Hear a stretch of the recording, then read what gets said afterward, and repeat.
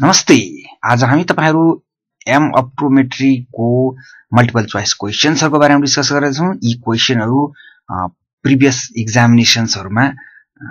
NHPC को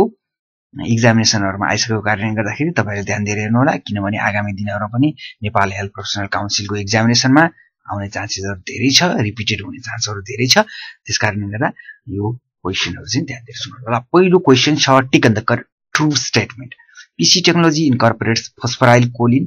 PC compound in the surface of contact lens to alleviate dry eye symptoms. Phosphorylcholine is hydrophobic in nature.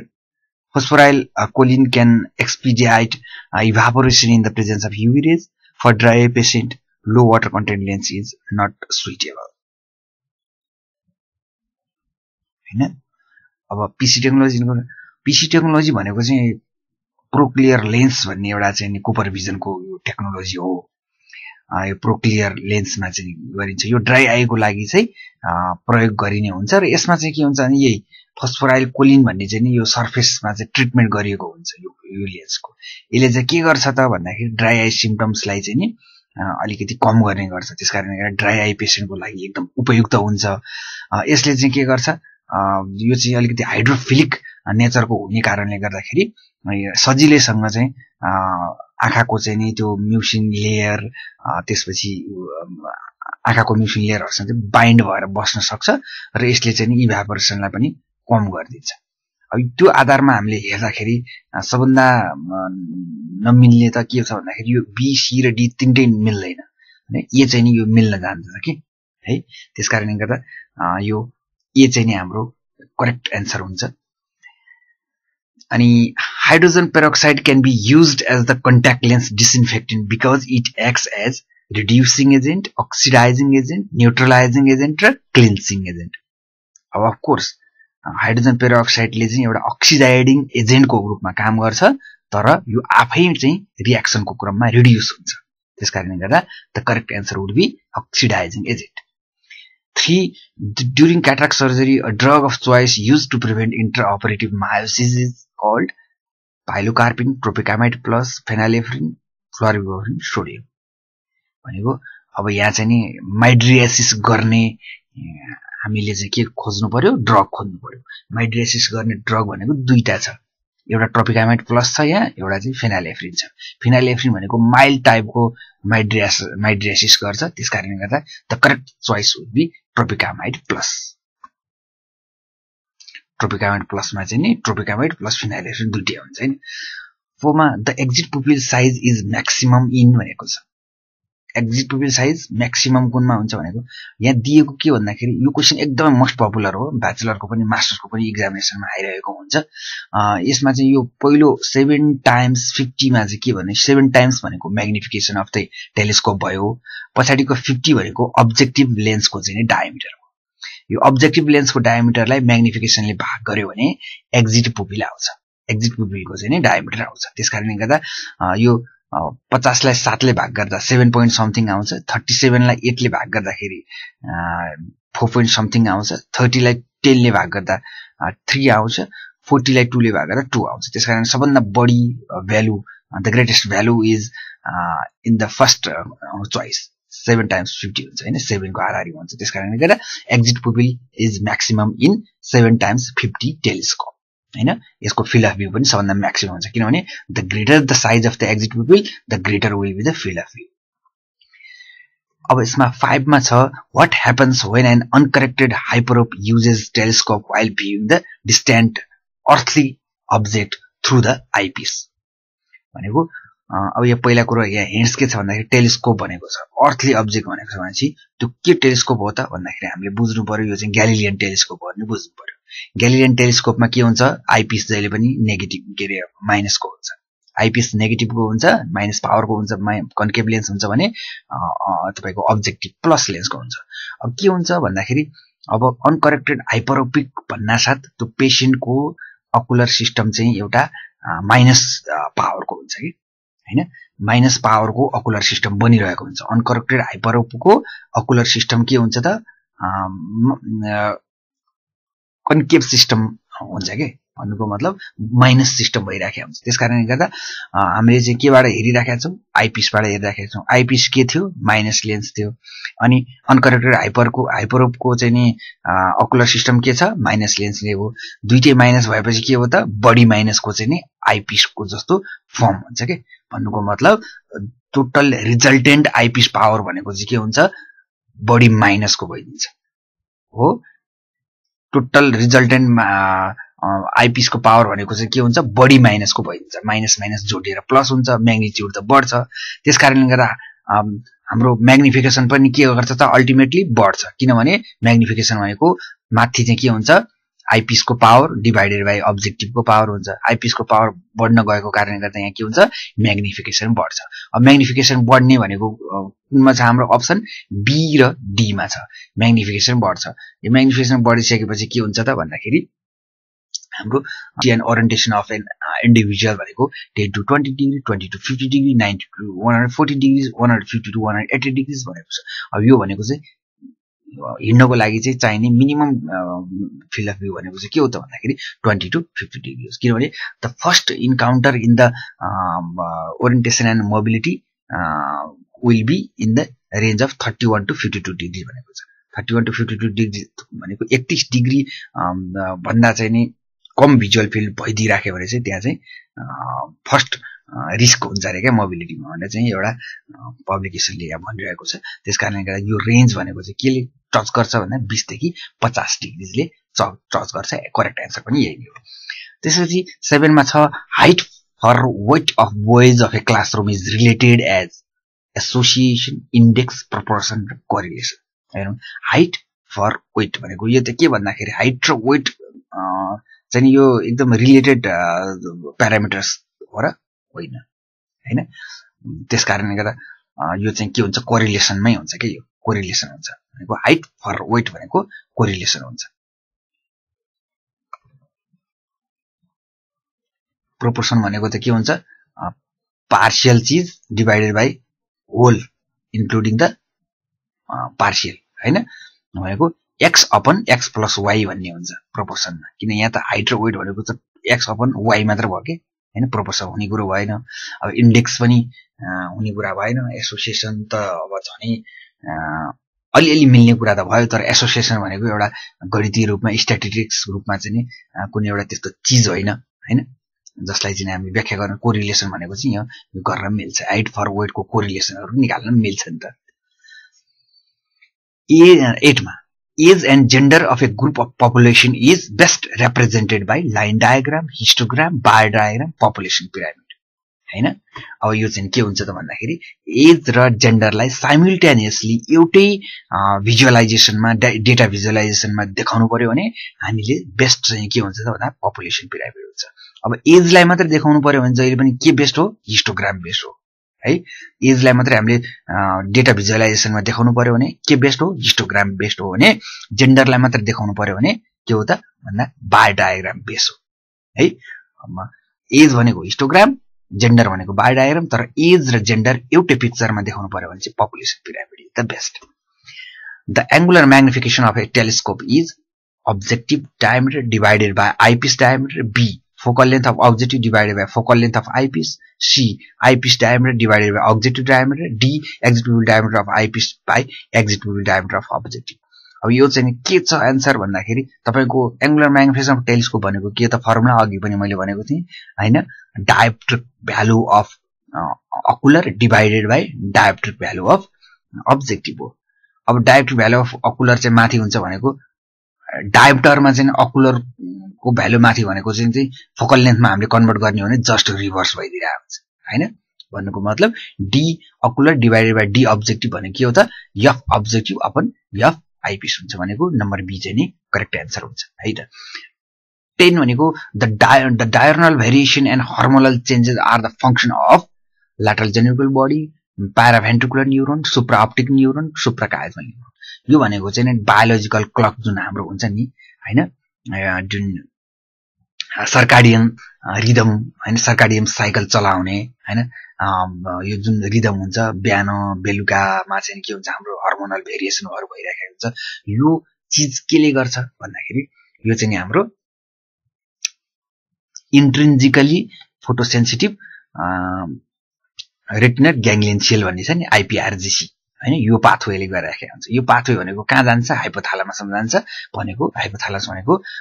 यो काइजमा भन्दा माथि सुप्राकाइजमल neuron हो के हैन यसको आन्सर भनेको सुप्राकाइजमल न्यूरोन हुन्छ डियोर्नल भेरिएसन अथवा चाहिँ यो चाहिँ बायोलोजिकल मास्टर क्लक पनि भनिन्छ यसलाई हैन यो चाहिँ नि यो सुप्राकाइजमाको फंक्सन हो 11 the review of literature means a research gap noted in a research manuscript a piece of writing that summarizes your research on a specific topic a comprehensive summary of previous research on a specific topic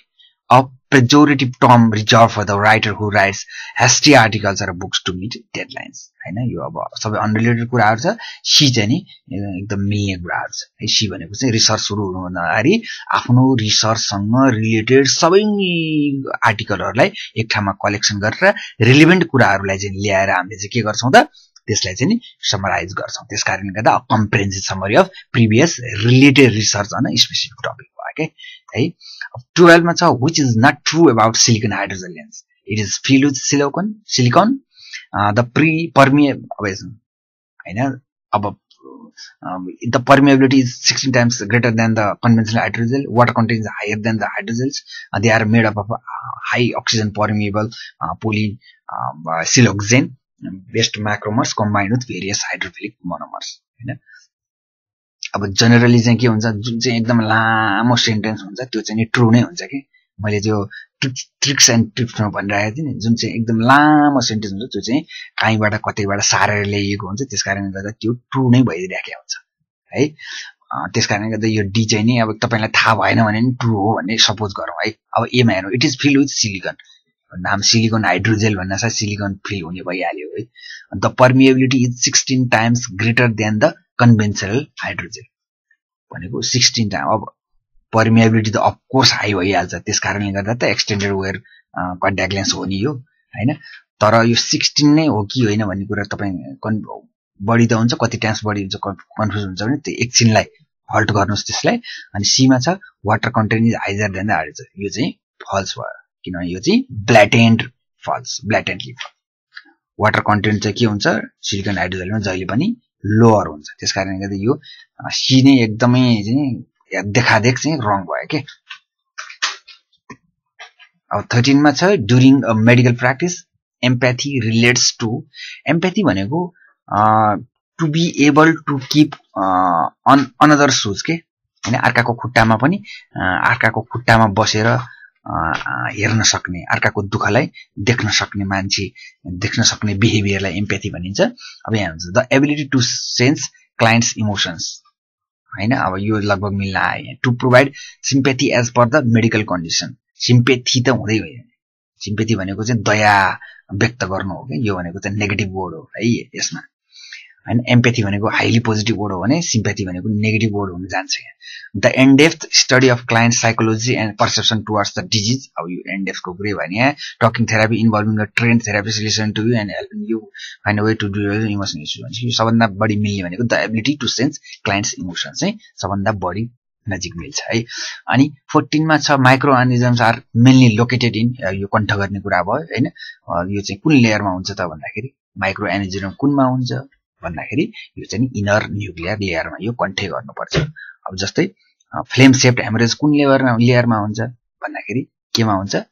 retinol nerve fibre लेयरमा हुन्छ नि हो यस्ता कुराहरु हैन hard एक्जिडेड कुन लेयरमा हुन्छ अब तपाईको चाहिँ डट एन्ड ब्लड हेमरेज कुन लेयरमा हुन्छ यो सबै चाहिँ तपाईले कन्ठ गर्नु होला जस्तै the following is not an important feature required for the boxing player बक्सिङको प्लेयरको लागि के चाहिँ डायनामिक भिजुअल एक्युटी चाहिन्छ के थाउता हेर्नु डेफ पर्सेसन झन् चाहिन्छ पञ्च कहाँ हान्ने कतिखेर हान्ने कति फोर्सले हान्ने नजिक छ कि टाढा छ मान्छे थाहा पाउनु पर्यो एकोमोडेसन र भर्जन चाहिँ नै हाल्छ हैन अनि हाइपर एक्युटी चाहिँ चाहिँदैन के यसमा है हाइपर एक्युटी चाहिँदैन हैन अब यसमा चाहिँ हाइपर एक्युटी आएको कारणले गर्दा यो रङ भयो यदि यहाँ चाहिँ अकुलर मोटिलिटी भनेर आइदिएको भए सबभन्दा नमिल्ने चाहिँ एकोमोडेसन एन्ड भर्जन चाहिँ सबभन्दा नमिल्ने हुन्थ्यो कि यहाँनिर किनभने अकुलर मोटिलिटी चाहिँ नै हाल्छ डेप्थ पर्सेप्सन चाहिँ नै हाल्छ डायनामिक भिजुअल एक्युटी चाहिँ नै हाल्छ एकोमोडेसन र भर्जन चाहिँ सबभन्दा कम चाहिन्छ तर सबभन्दा कम चाहिन्छ कि अब यसमा छ the following is an important feature for a snooker player dynamic relative depth perception accommodation perception ocular के हो त भन्दा snooker player depth perception of course बढी चाहिन्छ किनभने हामीले चाहिँ नि त्यो क्यू बल चाहिँ राखेर टक्क लाएर चाहिँ हैन कति फोर्सले हान्दाखेरि त्यो पालसम्म पुग्छ भनेर चाहिँ हामीले अड्कलबाजी गर्नुपर्ने हुन्छ त्यसकारण डेप्थ पर्सेप्सन इज भाइटल अब यसै गरी यो कुन खेलमा चाहिँ के हैन बाइनोकुलर सिंगल भिजनका चाहिँ क्यारेक्टर्सहरु चाहिन्छ कुन चाहिँ नि हाम्रो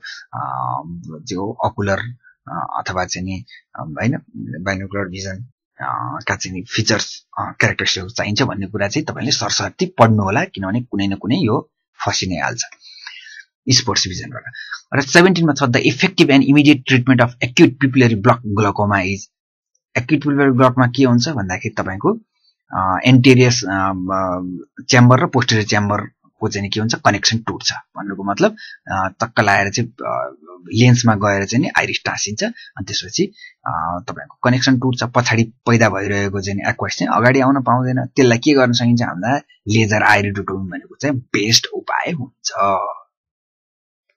किनभने तपाईले त्यो ट्रिटमेन्ट गर्नु भएन अरु जे गरे पनि मतलब भएन कि एकछिनको लागि कम होला तर मेन सोर्स त तपाईको एन्टेरियर र पोस्टेरियर च्याम्बरको कनेक्टिभिटीलाई चाहिँ रिस्टोर गर्नको लागि पेरिफेरल लेजर आइरिडोटोमी त बेस्ट हुन्छ number A is the best option in a comprehensive I care practice the preferred order of care is given by अब यहाँ हुन्छ है अब सबभन्दा के हुन्छ भन्दाखेरि पहिला त प्रोमोटिभ हुने भइहाल्यो प्रोमोटिभ कुराहरु हुन्छ प्रोमोटिभ भनेको बच्चादेखिकै कुराहरु आउँछ करिकुलममा विभिन्न किसिमका चाहिँ मेटेरियल्सहरु राख्नेदेखि लिएर आउँछ हैन सराउन्डिङ चेन्जहरु इन्भाइरोमेन्टल चेन्जहरु हरेक कुराहरु पोलिसी मेकिङका देखिका कुरा आउँछ प्रोमोटिभ एक नम्बरमा हुन्छ प्रिभेन्टिभ भनेको डिजिज स्पेसिफिक प्रिभेन्सन मेजर्सहरु आउँछ त्यसकारणले गर्दा त्यसपछि क्युरेटिभ आयो त्यसपछि रिहेबिलिटेसन नम्बर ए नै मिल्दछ अर्डरको हिसाबमा हेर्दाखेरि अनि त्यसपछि 19 मा छ one among the following statements is true about NHPC. The registrar is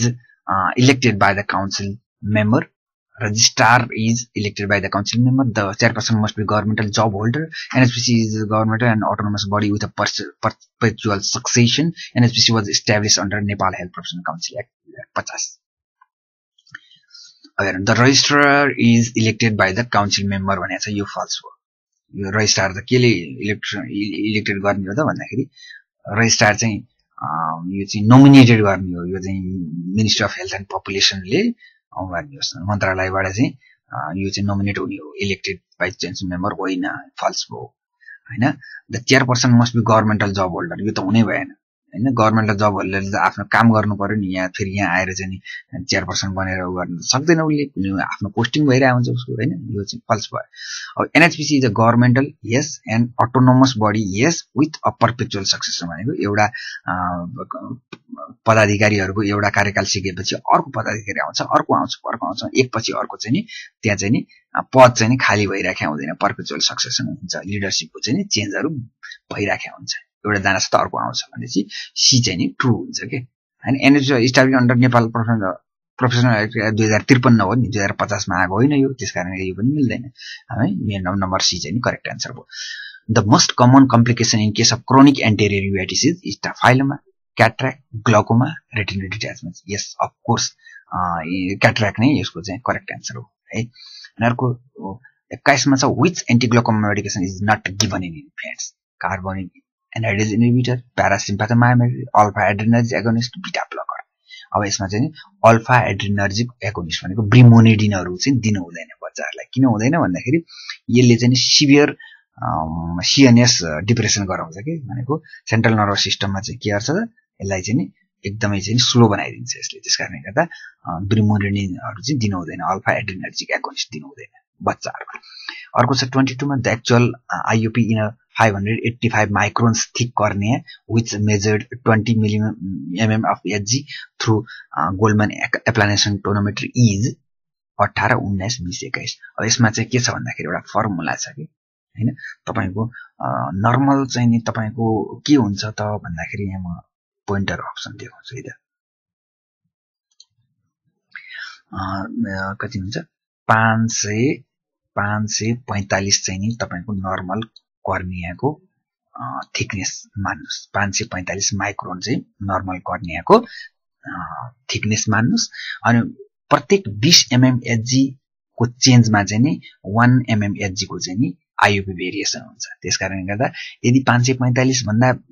प्रत्येक 20 mm एचजी बढ्दै गयो भने के हुन्छ त्यो ओभर एस्टिमेट भइरहेको हुन्छ त्यसकारणले गर्दा एक्चुअल निकाल्नको लागि हामीले के गर्नु पर्यो प्रत्येक 20 mm एचजी मा 1 घटाउँदै जानु पर्यो यदि 545 भन्दा कम छ भने चाहिँ